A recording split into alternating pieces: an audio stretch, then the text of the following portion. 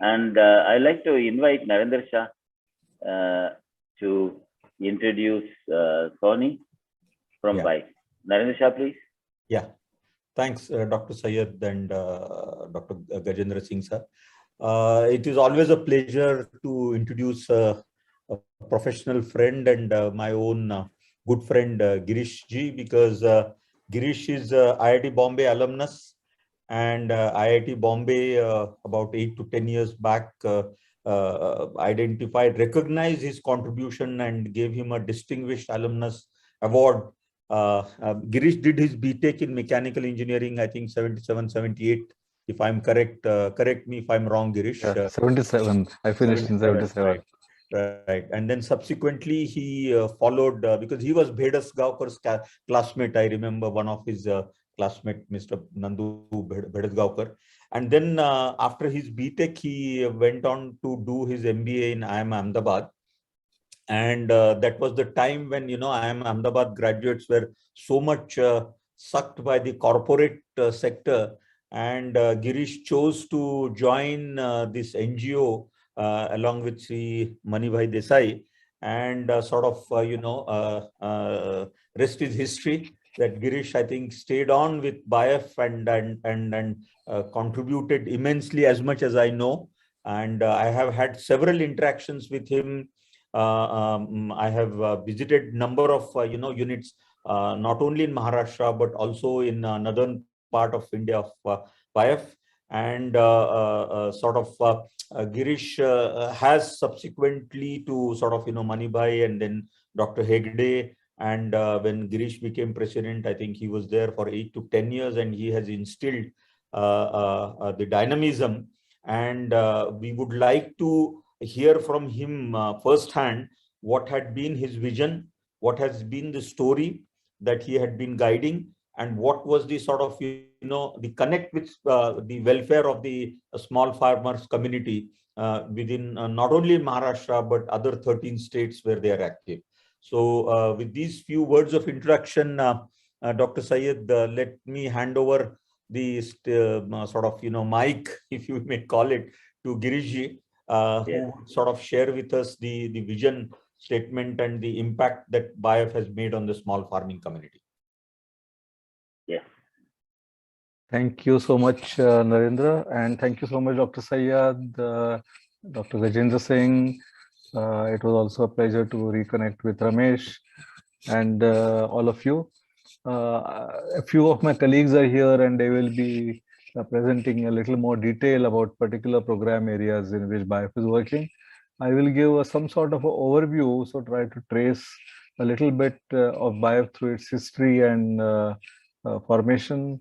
And in the course also, I will touch upon what are the operating principles by which BIFE has been working and how its programs have got shaped and what type of directions have emerged over the time. So I will do that using a presentation which is more as a supplement to what I am going to say. But it will be a brief overview, and then I will hand it over to my colleague who would take up the information on particular programs. So there is a PowerPoint I am going to share. You can share screen, Girish. Yes, just 1 minute. Yeah.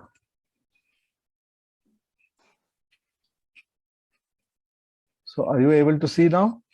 Yes. Okay.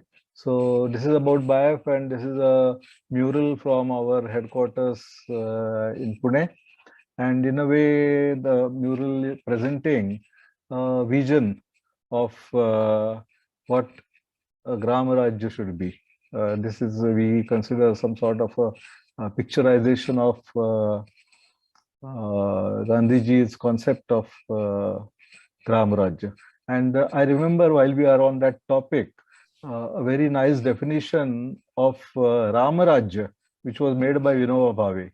He said that, in Marathi, he said, I hope many of you will understand that, he says, Gramarajyala झालेली गची बाधा काढली की रामराज्य होतो. I don't know if it is clear. Gachi Bada is a concept which means that the ego, the self, that is there in all of us, and which probably hinders true good relationships. That is called as Garchi Bada. So it is a affliction on us of that ego. So he says, if that Garchi Bada is removed from Grama, that means Rama is remains, what is remains. So Garchi Bada kadli ki Ramarajya hota, Ramarajya. So Ramarajya is basically a concept of a village-based economy.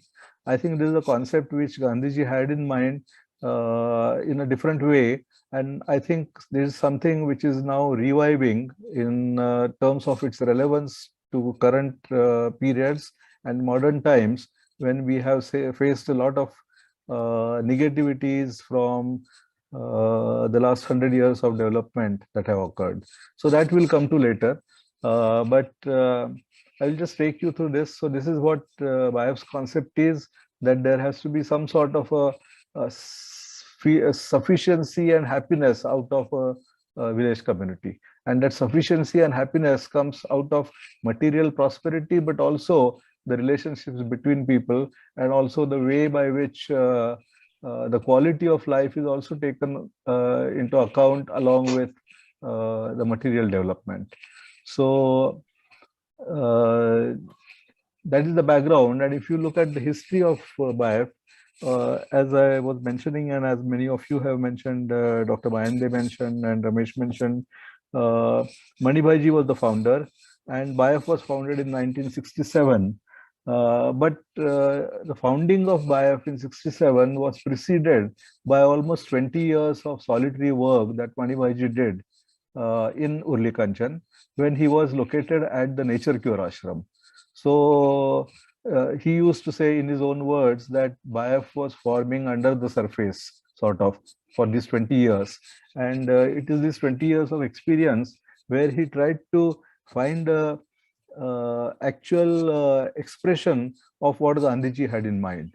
Gandhiji had in mind some way of doing village development, and in his busy period which Gandhiji spent for the Indian freedom struggle, he did a lot of work during the interim period to try to put in place his concept of a village development. And that's how he started the work on khadi, he started the work on village industries, and he started the work on it was a time when, as Manibhaiji used to say, it was a time when it was not easy to work in agriculture, because land reforms were difficult. All the governance was with the British, and the Indian land control was either in the form of zamindari or in the form of raitwari, which put the small farmer at always a problem, difficulty. So land reforms were not possible in those days, and therefore any agricultural development which would directly benefit a small farmer was not very easy to do. And therefore probably Gandhiji spent a lot of time on small industries and village level enterprises and all that.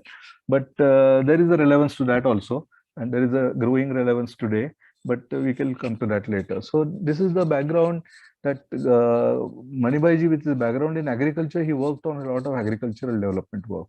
He worked on water management, he worked on livestock development, he worked on horticulture, he worked on treating saline soils, and a lot of problems and challenges he was able to convert into opportunities. And that gave him a clue that this is the way that he could develop a program which would make a tremendous difference to the farmer. And because he worked on universal problems, the solutions that he had were relevant universally across India. And because it was not just a one-track affair, he was able to also develop a very comprehensive approach to development. And we all know that the challenge of poverty also arises because of the interlocked nature of poverty. Because there are so many factors which contribute to poverty, and unless all these factors are taken into account when we work on a solution, it is very difficult to create an impact. If you do only one particular type of intervention, which may address one part of the problem, it may not work because there are various other things that are going to pull it down. So while this was the overall background, he also stumbled upon the work on livestock development, which he did. That gave him a clue that this is a activity which probably touches upon a very large number of Indian farmers. Majority of the Indian farmers would have some livestock with them, and that livestock, if it is developed, it can therefore make a material difference to millions and millions of farmers. So that is something, and he was able to create a program which made that difference by developing livestock. So I will not talk about that. My colleagues are going to talk about it. But therefore, he looked upon livestock as an instrument of gainful self-employment. So it is like Gandhiji looked upon charkha as an instrument of self-employment. Gandhiji looked upon the charkha as an instrument of mass mobilization. Similarly, to Manibhaiji, livestock was an instrument and an instrument for gainful self-employment. So that is how the first program of BIAF took shape. Though, of course, Manibhaiji had worked on many other components, as I told you, about soils, about water, about horticulture, and so on. So BIAF started with this type of a program, but it was formally founded in 1967, and this is Manibhaiji, and it was founded as an inauguration at the hands of our president at that time, Dr. Zakir Hussain, and he had visited Urli Kanchan, the Nature Cure Ashram, and at that point he also inaugurated BIAF. That was in 67, and there is an anecdote which I would not miss telling about, that when he inaugurated BIAF, there was a foundation stone which he unveiled, and when that stone was unveiled, he asked where it is to be laid, and Manibhaiji had to tell him, no, the work is done. I mean, this is all that was to be done. This is inauguration of a concept. Because there was, at that point of time, there was nowhere to lay the foundation stone. BIAF did not have a land, BIAF did not have money, BIAF did not have any physical infrastructure. So where you would lay the foundation stone? So Manibhaiji said, this is the inauguration of a concept. And from that inauguration of a concept in 1967, BIAF has come a long way. We are more than 50 years old. And there are a lot of diversified programs now which have become part of its history. And that foundation stone is still at Urli Kanchan. If you visit Urli Kanchan, which is our central research station, it is nicely put in a showcase in our exhibition hall. So this is how the genesis was there. And we articulated the vision of our work, vision of the organization in terms of building a self-reliant rural society, which will be secure in food availability, which will be secure in drinking water, but at the same time, it will also have good health, gender equity. All this should be the vision, and that is the mission, to create opportunities of gainful self-employment. So we are saying that we will walk on two legs. We are saying that there will be sustainable livelihoods, which will be an objective, but it will not be livelihoods at the cost of environment. So we will also have an enriched environment along with it. So this thing which you see today in development and environmental health seem to be at loggerheads. They don't seem to go together well, and that is why we are rethinking, and the whole development directions in the world are changing, bringing into its fold sustainability and resilience and climate smartness and so on. But all that because we have gone through the stage of facing the harmful effects of the type of development we have been doing. But in defining its mission, BIAF thought that livelihoods and environment have to go together. So there should be enriched environment, and it is not just livelihoods, which is material well-being. It is not just environment, which is the context, ecosystem in which the livelihoods will be operational, but also it should lead to improved quality of life and good way of people relating with each other. So if we don't have, and all this actually today, in today's jargon, it is referred to as One Health. We say that, okay, One Health is what should be the objective. It should be the health of the ecosystem. It should be the health of people, and it should be therefore leading to improvement in the quality of life along with material well-being. So I think there were the seeds of this concept were there when we defined our mission.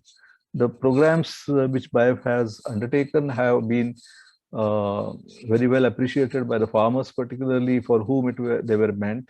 And as a result, because they were very well appreciated, they were adopted, and therefore they have spread also. have spread, been accepted by the farmers and therefore accepted by the policymakers. And as a result, our programs today reach out to more than 12 states and almost 5 million farmers in 100,000 villages. What we have also seen is that, in tribal development program, we went beyond livestock, where it was a combination of many, many different interventions: land development, developing a farming system, which is tree-based, then developing quality of life interventions, healthcare activities, homestead activities, and so on. So as a result of that, we had a very holistic program approach which developed. So we had a lot of domain area based work, which is in different areas, but at the same time, we have worked on a holistic program approach to development through our tribal development program. And along with the rural development work, which is what here we can see, it consists of various work on livelihoods and work on natural resource management, because we have realized out of the experience of the field that the livelihoods are secured only if you have a good base of natural resource management. And the natural resource management base can survive only if livelihoods are secured. If livelihoods are not secured, the people are forced to draw upon the commons, and then the commons get decimated. And if you have secure livelihoods, we have seen that the commons and the natural resources get better managed, and therefore that also becomes a sustainable type of thing. So these two are interdependent. And at the same time, while we are working on livelihoods and natural resource management, one also works on many other cross-cutting themes, which are not single domain areas, but which are cutting across all these different sectors. For example, work on biodiversity conservation, work on climate resilience, work on One Health, which I was referring to, work relating to gender concerns. So all these are cross-cutting themes which become relevant, whether one is working on livelihoods through livestock, or livelihoods through trees, or livelihoods through better natural resource management. All these things are cross-cutting, and they have to be addressed. At the same time, while one is doing this to improve the lot of the people, all these individual programs should be connected with an applied research program. So if you don't keep on doing applied research to address the problems and the emerging needs, then this program can become outdated.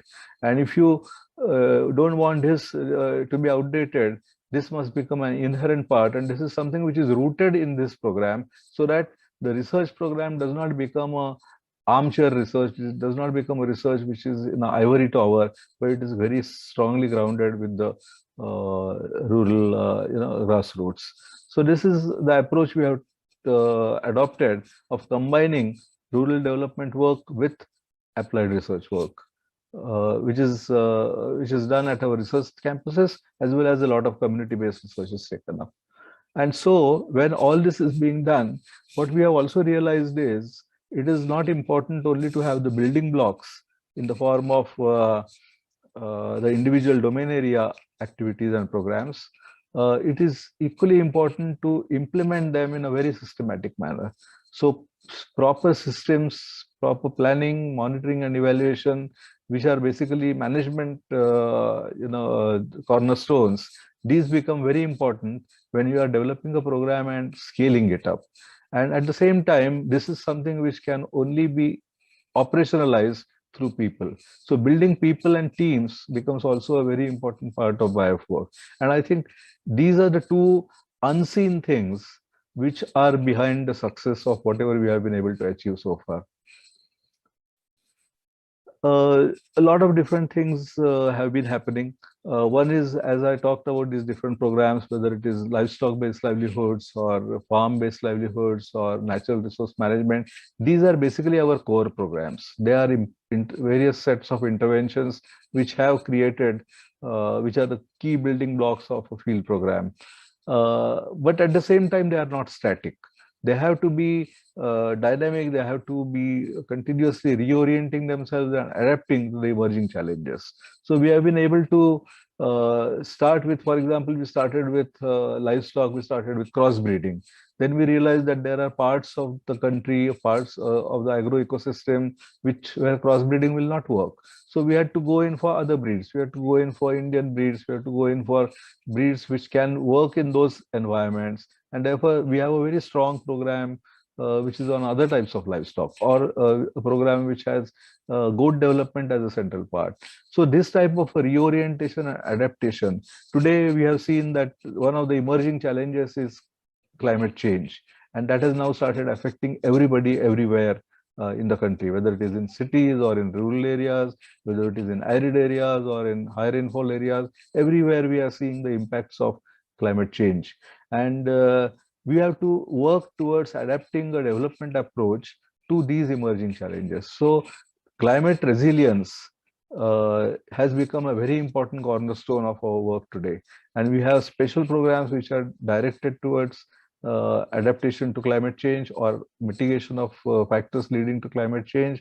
At the same time, making resilience and adaptation a part of our other programs, whether it is for farm development, agricultural development, and so on. So continuously evolving the programs to meet the emerging challenges is a very important direction which we have tried to maintain.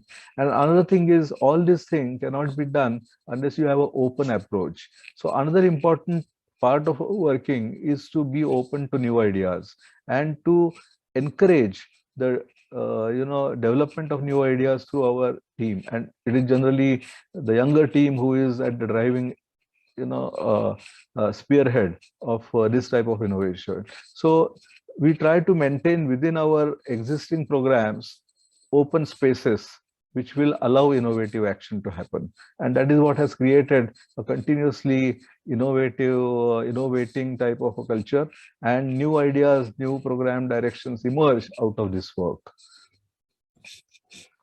As I have talked about, there is interlocked nature of poverty is a problem which has to be realized. Otherwise, and only when you realize this interlocked nature of poverty, will you be able to work towards a solution which is holistic.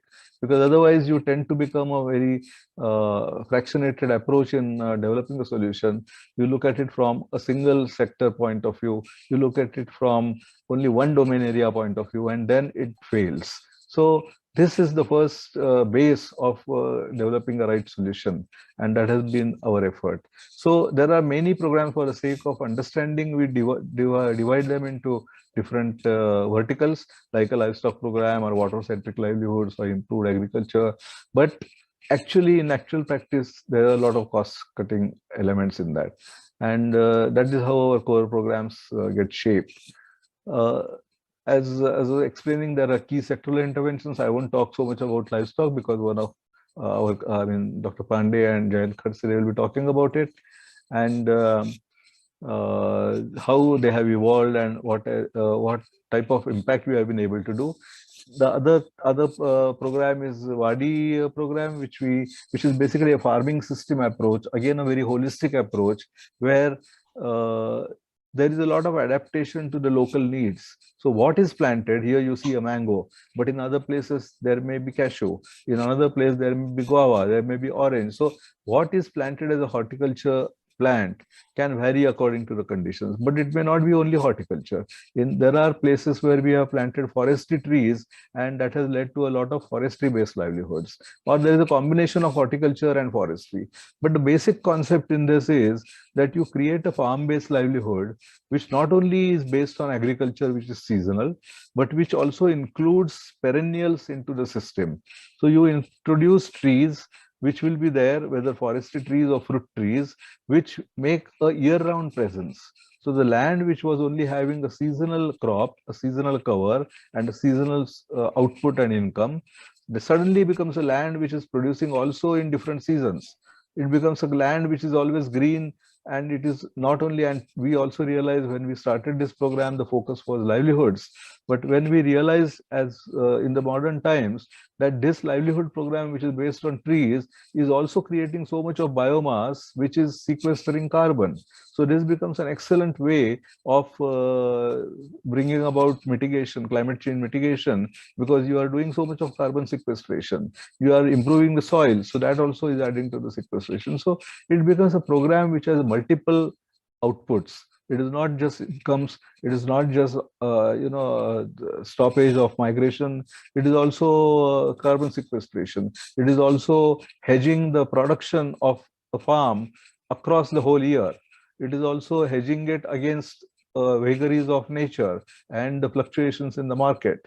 So the WADI program has built-in resilience. It has built-in sustainability features, and it has built-in climate smart, elements.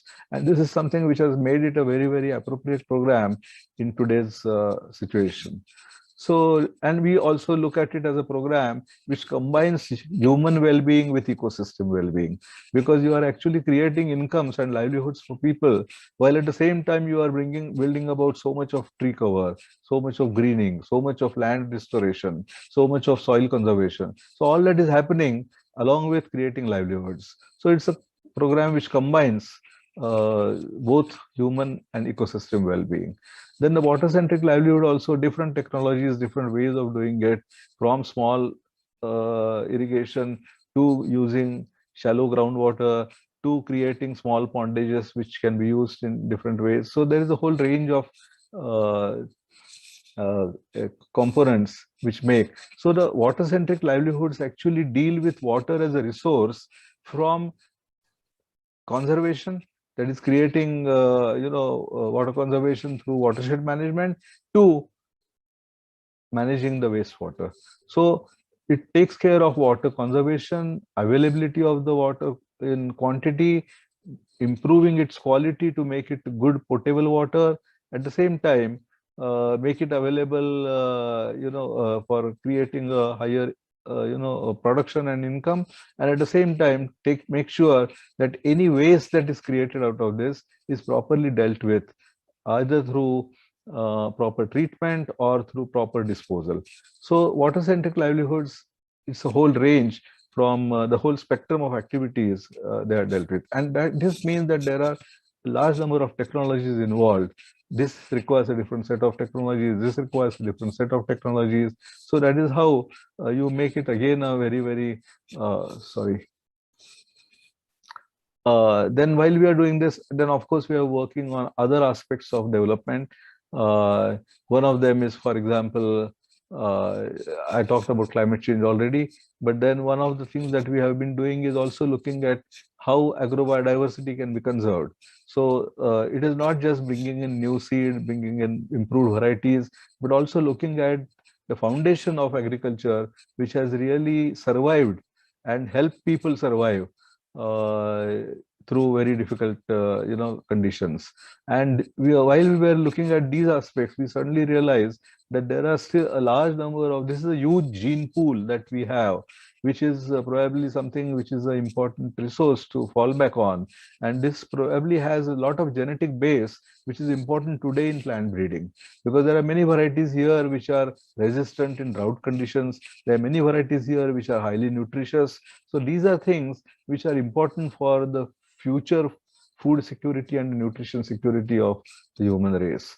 And that is why we are looking at agrobiodiversity conservation as something which is done together with the communities, along with our scientists working for that. And there is a lot of answers in this work, agrobiodiversity conservation, not only on the food and nutrition security, but also on building in climate resilience by choosing the right type of land races which will survive in the changing conditions.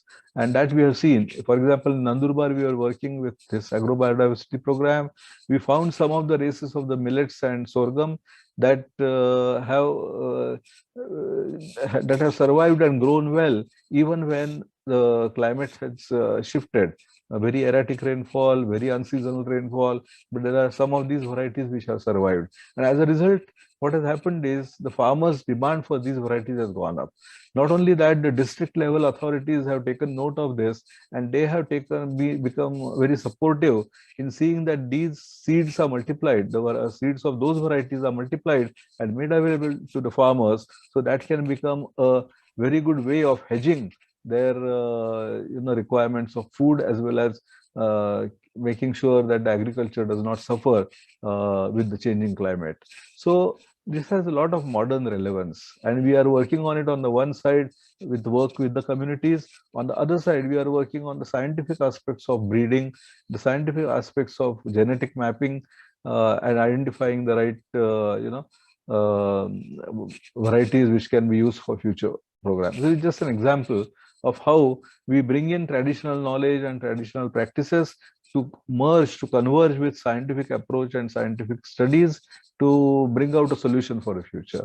And of course, in some cases, there are solutions come from new technologies. Solar is one important thing. And as we all know, for example, the last 100 years have been the period of non-renewable energy.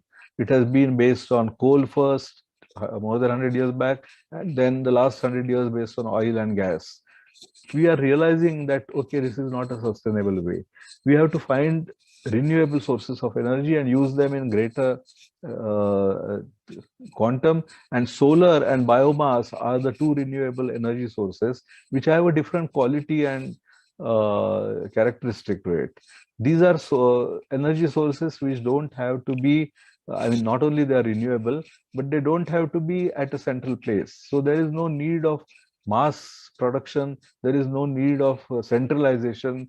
These are sources which are amenable to decentralized use, dispersed use. And what it will mean is that this type of energy source will make it feasible for a different type of development, which is dispersed development, which is localized development, which is decentralized development. And that probably is one of the important directions, which has similarities with what Gandhiji said, but in the new context, it has to be understood as a way forward to create a different type of human civilization.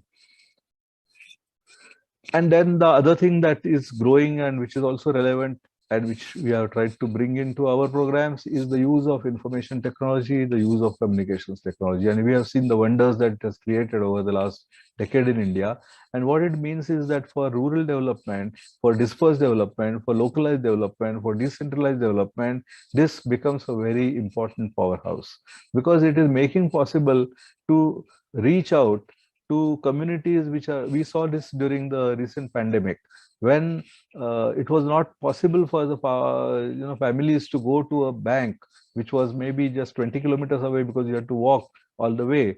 But because of the Aadhaar-based payment systems which we were able to take to these remote villages through trained women, we were able to bring the bank to the people.